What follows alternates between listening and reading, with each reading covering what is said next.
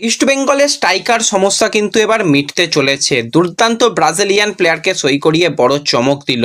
তো নমস্কার বন্ধুরা, welcome to ST unique sports. বন্ধুরা, এই ভিডিওতে আমরা কথা বলবো বেশ কিছু ফুটবল আপডেট নিয়ে, যেখানে অবশ্যই বিদেশি প্লেয়ারদের নিয়ে ট্রান্সফার নিউজ শেয়ার করা রয়েছে, ইন্ডিয়ান প্লেয়ারদের নিয়ে কিছু খবরাখবর দেওয়ার রয়েছে, তার সাথে সাথে বেশ কিছু ফুটবল আপডেট শেয়ার করা রয়েছে এই ভিডিওতে। ইন্টারেস্টিং ভিডিও হবে, শুরু থেকে শেষ পর্যন্ত দেখো। ভিডিও ভালো লাগলে সকলে একটু লাইক শেয়ার করে দিও, আর যারা চ্যানেলে প্রথমবারের জন্য এসেছো মনে করে চ্যানেলটাকে সাবস্ক্রাইব করে নিও, তাহলে প্রিয় দলের খেলার সমস্ত আপডেট তোমরা এখানে পেয়ে যাবে।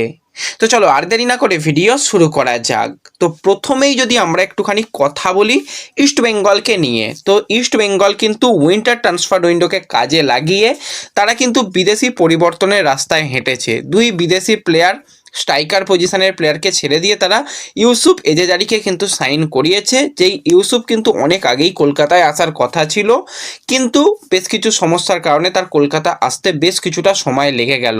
তো যেরকমটা লেটেস্ট আপডেট পাওয়া যাচ্ছে, আজকে কিন্তু হাতে ভিসা পেয়ে যাওয়ার সমস্ত রকম চেষ্টা চলবে এবং হয়তো আজকেই সে ভিসা পেয়ে যাবে। আজকে যদি সে ভিসা হাতে পেয়ে যায় তাহলে আগামীকাল কিন্তু রাতের মধ্যেই তাকে কলকাতায় নিয়ে আসার সমস্ত রকম চেষ্টা চালানো হচ্ছে।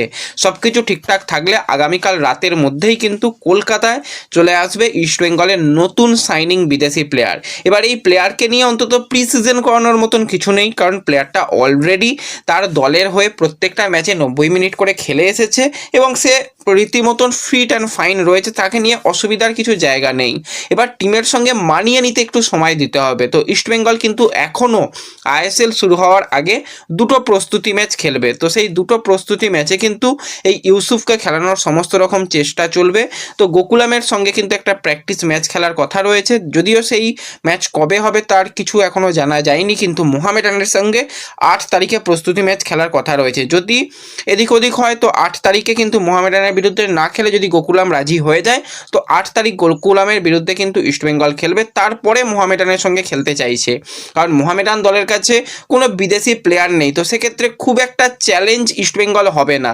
তো যেটা গোকুলামের কাছে রয়েছে, ভালো মানের বেশ কিছু বিদেশি প্লেয়ার রয়েছে, সেই জন্যই কিন্তু গোকুলামের সঙ্গে খেলার সবার আগে চেষ্টা চালানো হচ্ছে। তো দেখা যাক কবে প্লেয়ার আসে, কোন সময় কখন আসছে বিমানবন্দরে জানতে পারলে পরবর্তী সময় অবশ্যই কিন্তু আমরা জানিয়ে দেব। তো সেক্ষেত্রে তোমরা আর কয়েকটা ঘন্টা অপেক্ষা করো, তাহলেই তোমরা জানতে পেরে যাবে যে নতুন বিদেশি কোন সময় আসছে, আর কারা কারা ওয়েলকাম করতে যাবে কমেন্টে জানিও। তো ইস্টবেঙ্গলকে নিয়েই যখন আমরা কথা বলছি, ইস্টবেঙ্গল কিন্তু আমরা দেখলাম যে রিলায়েন্স ফাউন্ডেশন ডেভেলপমেন্ট লিগ এবং রিজার্ভ টিমের জন্য বেশ কিছু নতুন সাইনিং করেছে। কিন্তু ইস্টবেঙ্গল একটা দুর্দান্ত দল, তাদের রিজার্ভ টিমটা দেখলেই বোঝা যায় ব্যাক টু ব্যাক কিন্তু সিএফএল চ্যাম্পিয়ন হয়েছে। তো সেই চ্যাম্পিয়ন দলের কিন্তু বেশ কিছু সদস্য তারা বেরিয়ে যাচ্ছে, তোমাদের আগেই জানিয়ে দিয়েছিলাম। নসিব সে কিন্তু লোন ডিলে কিন্তু ইস্টবেঙ্গল ছেলে গোকুরাম কেরালাতে চলে গেছে, সেখানে কিন্তু সে খেলবে এই সিজনটুকুর জন্যই। এবার এই সমস্ত প্লেয়ারদের কিন্তু কন্ট্রাক্ট শেষ হয়ে আসছে 2026-এ গিয়েই। তো সেক্ষেত্রে চাইছে ইস্টবেঙ্গল কিন্তু এই প্লেয়ারদের সঙ্গে অন্তত দীর্ঘমেয়াদী চুক্তি, অন্তত আরও 2টো সিজন করে চুক্তি করতে চাইছে এবং ডেভেলপমেন্টের জন্য কিন্তু তাদের লোন আউট করতে চাইছে। একদমই যে ছেড়ে দেবে সেরকমটা নয়। এছাড়া কিন্তু জেসিন টিকের কাছেও গোকুলামের অফার ছিল, কিন্তু জেসিন টিকে শেষ পর্যন্ত কোনো দলেই হয়তো বা যাচ্ছে না, কারণ তাকে ডায়মন্ড হারবার নেওয়ারও সমস্ত রকম চেষ্টা চালিয়েছিল। তো সেক্ষেত্রে সেই ডিলটাও হয়নি। আর এই মুহূর্তে যেহেতু তোমরা জানো উইন্টার ট্রান্সফার উইন্ডো বন্ধ হয়ে গেছে, তো কন্ট্রাক্টেড প্লেয়ারদের কিন্তু অন্য দলে ছাড়া যাবে না। তো সেক্ষেত্রে ছাড়তে গেলে তাকে পুরোপুরি রিলিজ দিতে হবে, ফ্রি প্লেয়ার হিসাবে যেতে পারে, কিন্তু তাকে লোন ডিলে পাঠানোটা সম্ভব হবে না। জেসিনের ব্যাপারটা এরকমটাই রয়েছে। আমান সিকের ব্যাপারটা যেরকমটা জানা যাচ্ছে, সেও কিন্তু গোকুলামে চলে গেছে লোন ডিলের মাধ্যমে, যদিও এখনও কিছু তার পেপার ওয়ার্ক বাকি রয়েছে, সেই কারণে অফিসিয়াল অ্যানাউন্সমেন্ট আসেনি। তো আমানকেও কিন্তু গোকুলামে দেখা যাবে। এছাড়া ইস্টবেঙ্গলের কিন্তু সাইড ব্যাকে সুমন দে, যেও কিন্তু যথেষ্ট ভালো পারফরমেন্স ইস্টবেঙ্গলের হয়ে করতে দেখেছি। তো এই সুমনের কাছেও কিন্তু বেশ কিছু আইএসএল ক্লাবের অফার এবং আই লিগের ক্লাবেরও অফার ছিল। এবার তাকে ছেড়ে দিয়েছে কিনা তার জন্য আমাদের একটু অপেক্ষা করতে হবে। অফিসিয়াল অ্যানাউন্সমেন্টের জন্য অন্য দলের তরফ থেকে খুব সম্ভবত সেই প্লেয়ারকেও কিন্তু লোন লোন আউট করা হচ্ছে সেরকমটাই খবর বেরিয়ে আসছে। তো বেশ কিছু প্লেয়ার কিন্তু লোন আউট হচ্ছে, অন্তত তারা গেম টাইম পাক অন্য দলে গিয়ে, আমরা সেটাই চাই, কারণ ইস্ট বেঙ্গলে সত্যি গেম টাইমের অভাব হবে এই প্লেয়ারগুলোর জন্য। এছাড়া যদি আমরা কথা বলছি গোকুলামকে নিয়েই, তো গোকুলাম কিন্তু বেশ কিছু সাইনিং কমপ্লিট করেছে। কিছুদিন আগেই জানিয়েছিলাম 30 বছর বয়সী উজবেকিস্তানের সেন্ট্রাল মিডফিল্ড পজিশনের প্লেয়ার কাসিমভকে তারা সাইন করিয়েছে। তার অফিসিয়াল অ্যানাউন্সমেন্ট এসে গেল। এই প্লেয়ার কিন্তু ইন্ডিয়াতে যথেষ্ট ভালো তার পারফরমেন্স রয়েছে। মোহামেডান নেরোকার মতন দলে খেলেছে, মোহামেডানের হয়ে আই লিগ চ্যাম্পিয়ন, আইএসএল খেলার অভিজ্ঞতা এবং ইন্ডিয়াতে যথেষ্ট ভালো সাকসেস রয়েছে। কিন্তু এই কাসিমভের এক্সপিরিয়েন্স প্লেয়ারের উপর কিন্তু গোকুলাম ভরসা করেছে। এছাড়া গোকুলাম কিন্তু একটা ইন্টারেস্টিং সাইনিং করেছে। তো সেই প্লেয়ার হচ্ছে 25 বছর বয়সী ব্রাজিলিয়ান একজন সেন্টার ফরওয়ার্ড পজিশনের প্লেয়ার জন কেডলির। যদি আমরা কথা বলি, তাকে কিন্তু আমরা দেখলাম যে কেরালা সুপার লিগে অসাধারণ পারফরমেন্স করতে। টোটাল সে খেলেছে 11টা ম্যাচ, 8টা গোল, 2টো অ্যাসিস্ট করতে দেখা গেছে। লেফট উইংয়ে খেলতে পারে, কিন্তু মেন পজিশন সে স্ট্রাইকার পজিশনে যথেষ্ট ভালো খেলতে পারে।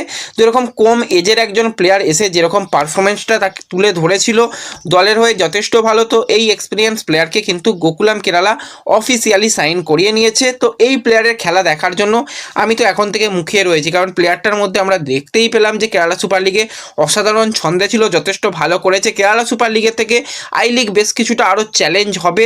তো আই লিগে সে কীরকম পারফরমেন্স করে, যদি গোকুলাম চ্যাম্পিয়ন হয় তাহলে পরবর্তী সময় তাকে আইএসএলে বা পরবর্তী সময় অন্য দল, আইএসএলের দলগুলোও কিন্তু এই প্লেয়ারের দিকে টার্গেট করবে, এটুকু এখন থেকে বলা যায়। কারণ এই প্লেয়ার নো ডাউট একজন ভালো কোয়ালিটির প্লেয়ার, সেটা বলতেই হয়। এছাড়া যদি আমরা কথা বলি, তো সেক্ষেত্রে একজন ভারতীয় গোলকিপারের কথা আগেই জানিয়েছিলাম। 32 বছর বয়সী ভারতীয় গোলকিপার রবি কুমার, সে কিন্তু পাঞ্জাব এফসির সঙ্গে মিউচুয়ালি কন্ট্রাক্ট টার্মিনেট করেছে। এবার কিন্তু তার নতুন গন্তব্য সে খুঁজে পেয়ে গেছে। তাকে কিন্তু আমরা এবার জামশেদপুরের জার্সি গায়ে দেখব। তো জামশেদপুরের তরফ থেকেও কিন্তু অফিসিয়ালি অ্যানাউন্সমেন্ট এসে গেছে। এই প্লেয়ারকে কিন্তু আমরা জামশেদপুরের হয়ে এই বছরে খেলতে দেখব ওয়েঙ্কোয়েলের আন্ডারে। তো এছাড়া ইস্ট বেঙ্গলকে নিয়ে আমরা যদি একটু অল্প করে আলোচনা করে নিই, তো ইস্ট বেঙ্গলের হোম ভেন্যু কোথায় হচ্ছে সেই নিয়ে এখনও অনিশ্চয়তা রয়েছে। কারণ ইস্ট বেঙ্গল তো খেলবে কলকাতা থেকেই, সেটা কোনো অসুবিধা নেই। এবার ম্যানেজমেন্ট চাইছিল যে একটু খরচ কমানোর জন্য, কিশোর ভারতীতে অনেকটাই খরচ কম হয়, তো কিশোর ভারতীকে তারা হোম গ্রাউন্ড হিসাবে বানাতে চাইছিল। কিন্তু যেরকমটা জানা যাচ্ছে কিশোর ভারতী নয়, তাদের হয়তো যুব ভারতীতেই খেলতে হবে, এবং যুব ভারতীতে খেলতে গেলে খরচ অনেকটা। তো সেক্ষেত্রে কিন্তু ইস্টবেঙ্গলের শীর্ষকর্তা সে কিন্তু মুখ্যমন্ত্রীর সঙ্গে কথাবার্তা বলে যদি কিছুটা এই বছরের জন্য অন্তত ভাড়া কমানো যায়, তাহলে কিন্তু ইস্টবেঙ্গল তাদের বেশিরভাগ ম্যাচই কিন্তু যুব ভারতীতে খেলবে।